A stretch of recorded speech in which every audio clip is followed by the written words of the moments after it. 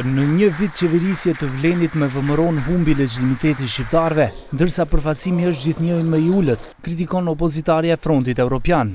Shefi i grupit parlamentar Blerim Bexheti tha se është heshtur diaspora shqiptare pasi pushteti ka vendosur të llogarisë vetëm popullsinë rezidente në jetën politike.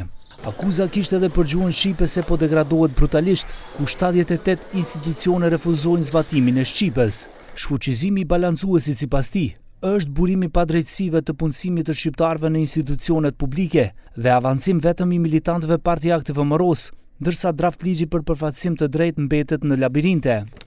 Por historia na mësoi një të vërtetë madhe. Ne nuk dorëzohemi, ne nuk heshtim, ne nuk pranojmë kur të jemi qytetar të dorës së dytë. Prandaj, sot bëjmë thirrje të fuqishme. Kjo qeveri duhet mbaj përgjegjësi për përpjekjet e saj të papranueshme për të fshirë shqiptarët nga vendimarrja. E drejta dhe barazia nuk janë opsione, ato janë të paprekshme.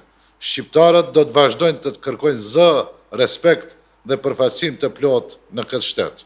Në reagimin e grupit parlamentar të Vlenit thanë se oponentët e tyre politik po ndërrojnë fanellat nga e kuqja e UÇK-s në parti të gjelbërt dhe tani nga Fronti Evropian në front kombëtar. Deputeti Bekim Çoku u shpreh se shqiptarët në Vlenin për herë të parë gëzojnë status të merituar në institucionet shtetërore.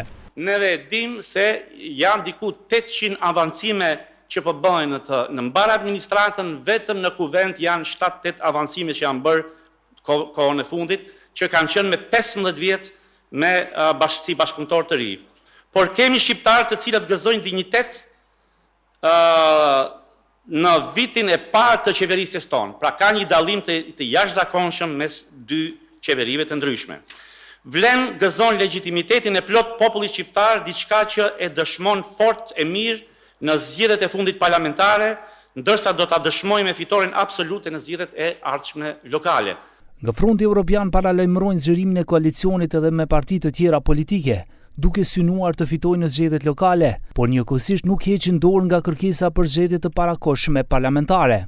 Nga Vlen thanë se kërkesa e BDI-s për zgjedhje të parakohshme parlamentare tregon se vetëm një vit në opozit nuk kanë reflektuar dhe nuk kanë vizion të qartë për të garuar në lokalet.